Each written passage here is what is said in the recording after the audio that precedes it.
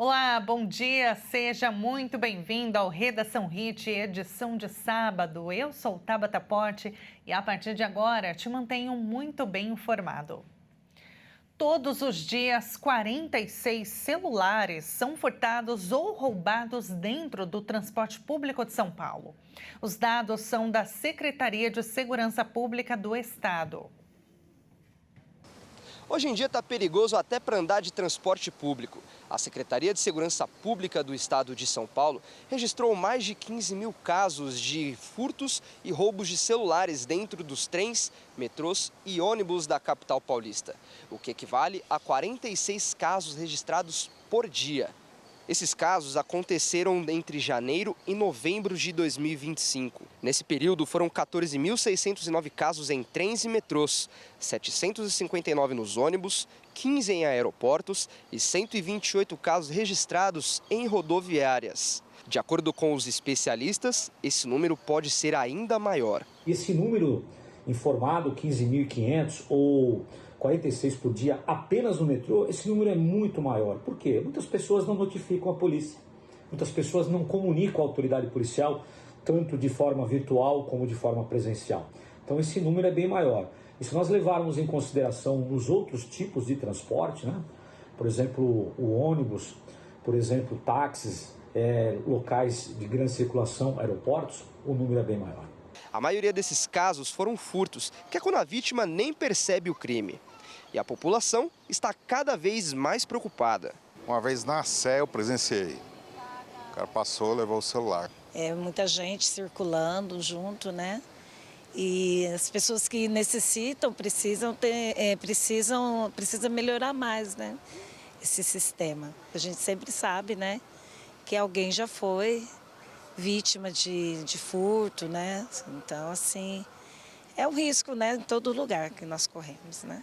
Fica com vontade de reagir, de entregar, de falar, mas quando se trata de um público de muita gente, a gente fica com receio, né? De ter alguém armado, então a gente retrai, mas seria bom que a população realmente agisse, né? Com segurança para poder evitar isso. O celular, né? Você olha dentro da estação, tá todo mundo assim, ó.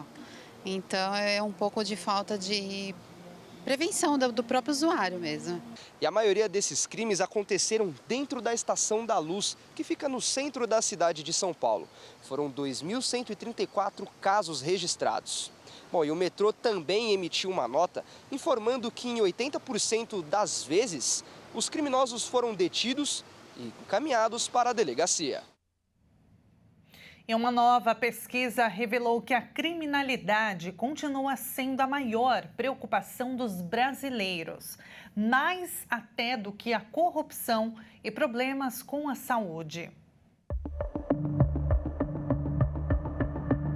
O Instituto Ipsos divulgou uma pesquisa com as principais preocupações dos brasileiros. 1.000 pessoas entre 18 e 74 anos foram entrevistadas entre os dias 21 de novembro e 5 de dezembro de 2025. No ano passado, em novembro, uma outra pesquisa foi divulgada e mostrava que violência era a preocupação de 52% da população, sendo a maior preocupação de todas. Já na pesquisa que foi divulgada neste começo de 2026, este número caiu 7 pontos, indo para 43%, mas não saindo do primeiro lugar. O CEO da Ipsos, Marcos Cagliari, acredita que a queda deste percentual se deu por conta de todas as operações policiais contra o crime organizado do ano passado. A criminalidade é o que mais preocupa a população brasileira. Porém, em São Paulo, essa não é a única preocupação. A corrupção está no nosso país, está em todas as esferas. Não só mudar os políticos, o povo tem que se conscientizar e saber votar, saber eleger, pesquisar, para saber em quem está colocando aí nas esferas políticas. Desmatando demais e não estão repondo o que eles estão tirando. O próprio ser humano está acabando com a natureza. Está falando mais sobre violência, tanto doméstica, moradores de rua que também vêm sendo maltratados, sobre a mulher também, né? Está tendo bastante violência. Eu acho que isso deveria ter mais atenção. E o ranking das 10 maiores preocupações dos brasileiros ficou assim. Em primeiro lugar, crime e violência, com 45%. Em segundo, corrupção, com 36%. Em terceiro, saúde, com 34%. Em quarto lugar, pobreza e desigualdade social, com 31%. Em quinto lugar, impostos, com 27%. Em sexto, inflação, com 24%. Em sétimo, educação, com 22%. Em oitavo, desemprego. Em nono, mudanças climáticas. E em décimo, ameaças contra o meio ambiente. As pautas ambientais aumentaram o percentual em comparação com a pesquisa de novembro. Isso porque elas ganharam maior visibilidade depois do Brasil sediar a COP30. A margem de erro da pesquisa é de 3,5 pontos percentuais. E falando de economia, o novo salário mínimo e a isenção do imposto de renda vai injetar mais de 100 bilhões de reais. O ministro do Trabalho, Luiz Marinho, afirmou que esses valores vão favorecer o crescimento do setor. Marinho afirmou que o reajuste do salário mínimo e a isenção do imposto de renda vão favorecer, além dos trabalhadores, a economia em geral. O valor do salário mínimo foi reajustado em 6,79% neste ano. Com isso, vai passar de R$ 1.518 para R$ 1.621. Já a isenção do imposto de renda é válida para quem ganha até R$ 5.000. Para quem ganha até R$ 7.350, também vai ter descontos no tributo. De acordo com o ministro Luiz Marinho, somadas essas duas medidas vão injetar 110 bilhões de reais na economia em 2026. Nós precisamos sempre pensar no equilíbrio, mas sempre olhar para a necessidade da renda. E essa renda, a massa salarial, a renda dos trabalhadores, que tem crescido durante os nossos governos. E mais uma vez, então, janeiro este ano, quando me perguntam o que eu acho da economia para este ano, isso vai ser de novo um bom ano, porque nós começamos já em janeiro, né, com o crescimento da renda, especialmente dos menores salários. Então, você tem o salário mínimo e tem a isenção do imposto de renda. A soma dos dois, a isenção do imposto de renda mais a questão do salário mínimo, injetará no ano 110 bilhões na economia brasileira, ou seja, mais de 10 bilhões mês, que acrescenta aí no consumo. Marinho fez ainda uma avaliação favorável à aprovação pelo Congresso Nacional do fim da escala 6x1 como uma medida possível. E pensar na redução da jornada de trabalho também é pensar na harmonização do ambiente de trabalho. Como você tem um ambiente saudável no trabalho que possa garantir aos trabalhadores e trabalhadoras melhores condições de saúde mental, como cuidar da família, como cuidar dos afazeres da família, os investimentos que é necessário fazer em cada detalhe da família é fundamental para a ambiência do trabalho. Se você tem uma tranquilidade em casa, você vai levar essa tranquilidade para o ambiente de trabalho. A Anvisa retirou de circulação um molho de tomate que era vendido sem problemas nos supermercados. O motivo é que havia um pedaço de vidro dentro do produto. A decisão faz parte de uma resolução que reúne diferentes medidas sanitárias e suspende a comercialização, a distribuição, a importação, a divulgação e o consumo do lote. Segundo a agência, o recolhimento foi motivado por um alerta emitido pelo Sistema Europeu de Alerta Rápido para Alimentos e Rações, que identificou risco grave à segurança alimentar no lote do produto importado para o Brasil. A Anvisa reforça que apenas o lote LM 283 foi atingido. A mesma resolução publicada pela Anvisa também determinou o recolhimento de 5 lotes do suplemento alimentar Neovit Visão, voltado à saúde ocular. A medida atinge os lotes 25G073, S25C004, S25C003, S25C002 e S25G072, que tiveram fabricação, comercialização, importação, divulgação e consumo proibidos. De acordo com a agência, os produtos foram fabricados com fruto da páprica, ingrediente não autorizado como fonte de zeaxantina em suplementos alimentares, além de apresentarem quantidade de caramelo quarto acima do limite permitido. A própria empresa comunicou o recolhimento voluntário dos lotes. Ainda segundo a resolução, a agência determinou a apreensão de 2 suplementos da empresa: Ervas Brasil Indústria, vitamina C, sucupira com unha de gato e suplemento alimentar colesterol. A Anvisa orienta que consumidores confiram os lotes nos rótulos e não consumam os produtos atingidos pelas medidas. Quem tiver algum dos itens deve procurar o serviço de atendimento ao consumidor das empresas responsáveis ou o local da compra para orientações sobre devolução ou descarte adequado.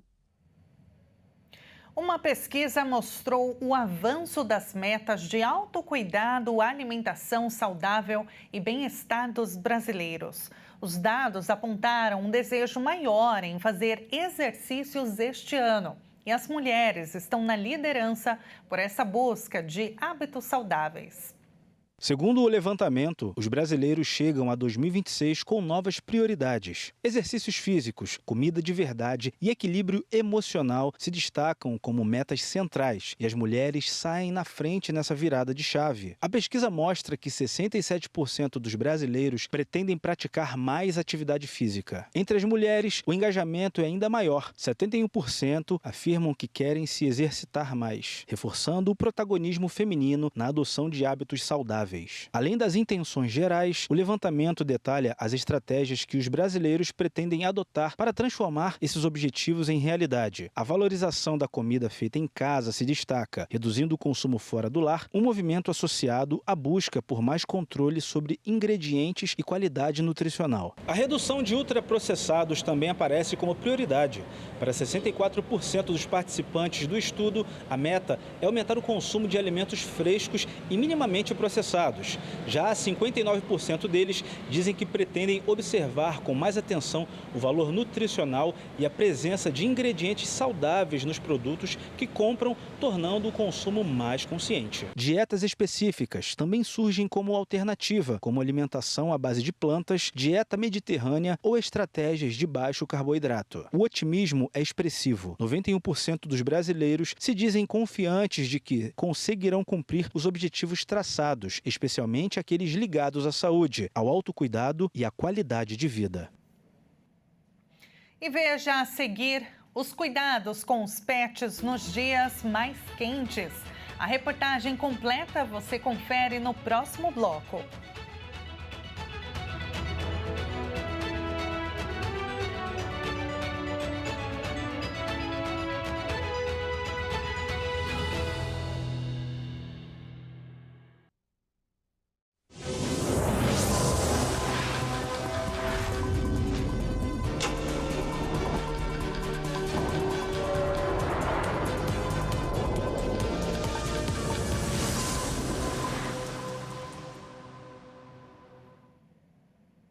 E o Redação Hit está de volta, seja muito bem-vindo mais uma vez.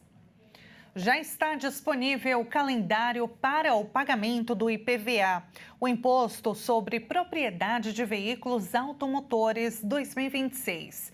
Quem paga a parcela única vai ter desconto.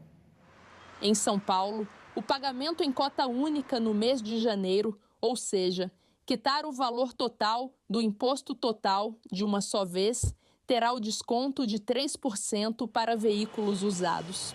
No caso de veículos 0 quilômetro, o desconto de 3% vai ser para quem fizer o pagamento em até 5 dias úteis após a emissão da nota fiscal. O IPVA de carros novos também pode ser parcelado em até 5 vezes, com a primeira parcela vencendo em até 30 dias após a emissão da nota. Os vencimentos variam conforme a placa do carro. Com isso, os carros de placas final 1 vencem no dia 12, com final 2 vencem no dia 13 e assim por diante, até o final 0, que vencem no dia 23. O mesmo calendário vale para quem optar por pagar sem desconto em fevereiro. Já quem optar pelo parcelamento do IPVA 2026 pode quitar o valor em até 5 vezes de janeiro a maio. O valor total do imposto precisa ser no mínimo de R$ 222 para poder parcelar. E cada parcela precisa ser de no mínimo R$ 74. Os veículos de carga, categoria caminhão, têm um calendário especial com pagamento sem desconto que pode ser feito até 22 de abril. O parcelamento também segue o limite de até 5 parcelas, mas com datas fixas no dia 20 dos meses previstos, independentemente do final da placa. Já cota única com desconto até 23 de janeiro. E os trabalhadores que aderiram ao saque aniversário do Fundo de Garantia do Tempo de Serviço, FGTS, podem se organizar para os pagamentos de 2026. Quem nasceu em janeiro e optou pela modalidade está com o valor liberado desde o dia 2 de janeiro, primeiro dia útil do mês. O saque aniversário fica disponível por até 90 dias e pode ser feito de forma digital, pelo aplicativo do FGTS ou presencialmente nas unidades da Caixa.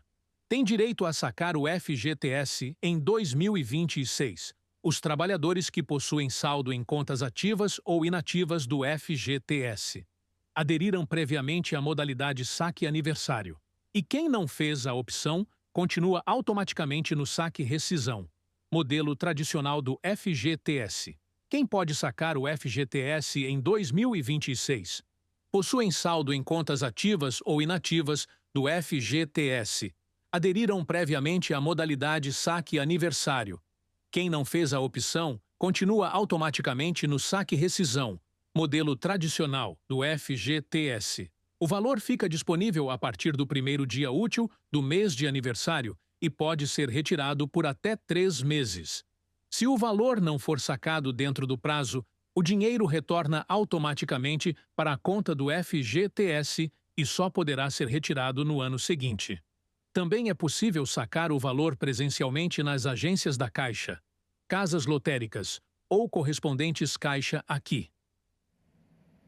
O teste do pezinho em Mato Grosso do Sul agora identifica mais de 40 doenças. Uma mudança que representa mais prevenção e mais chances de tratamento precoce.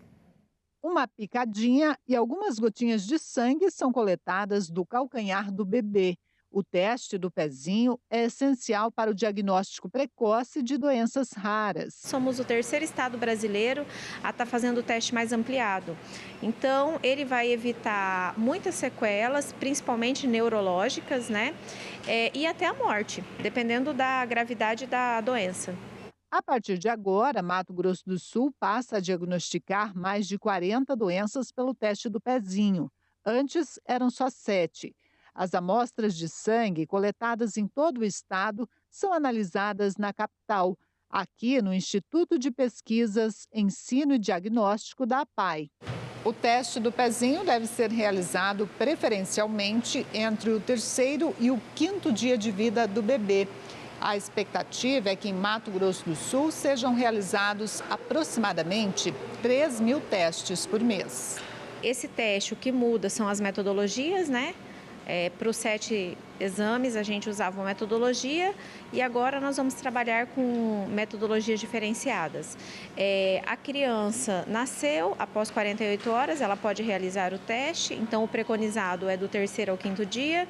Se ela ficar mais de 48 horas, ela pode colher no hospital, senão ela tem que procurar uma unidade básica mais próxima de sua casa para poder estar realizando esse teste. O teste, que na rede particular custa de R$ 800 a R$ 1.300, é oferecido gratuitamente pelo SUS.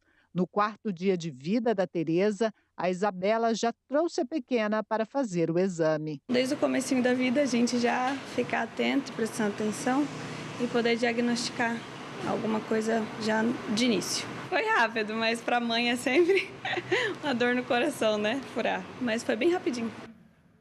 No caso dos animais de estimação, é preciso se preocupar com a chegada do verão, identificar sinais de calor excessivo para garantir o bem-estar de todos eles. Nos dias quentes, é muito importante cuidar da hidratação dos pets.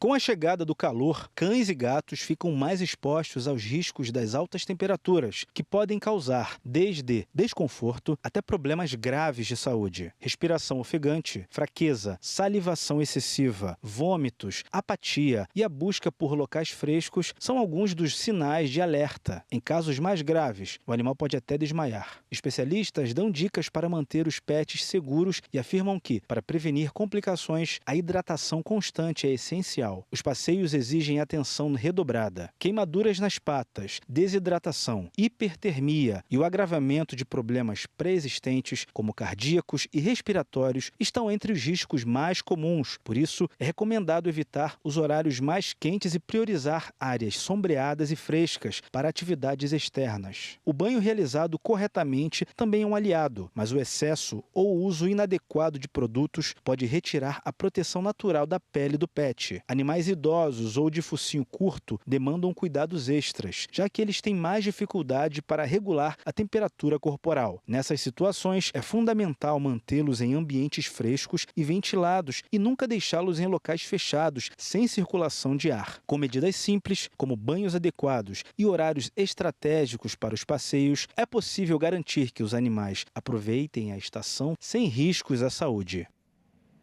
E esta edição fica por aqui. Muito obrigada pela sua companhia. Se quiser rever, acesse o nosso canal no YouTube Jornalismo Hit TV.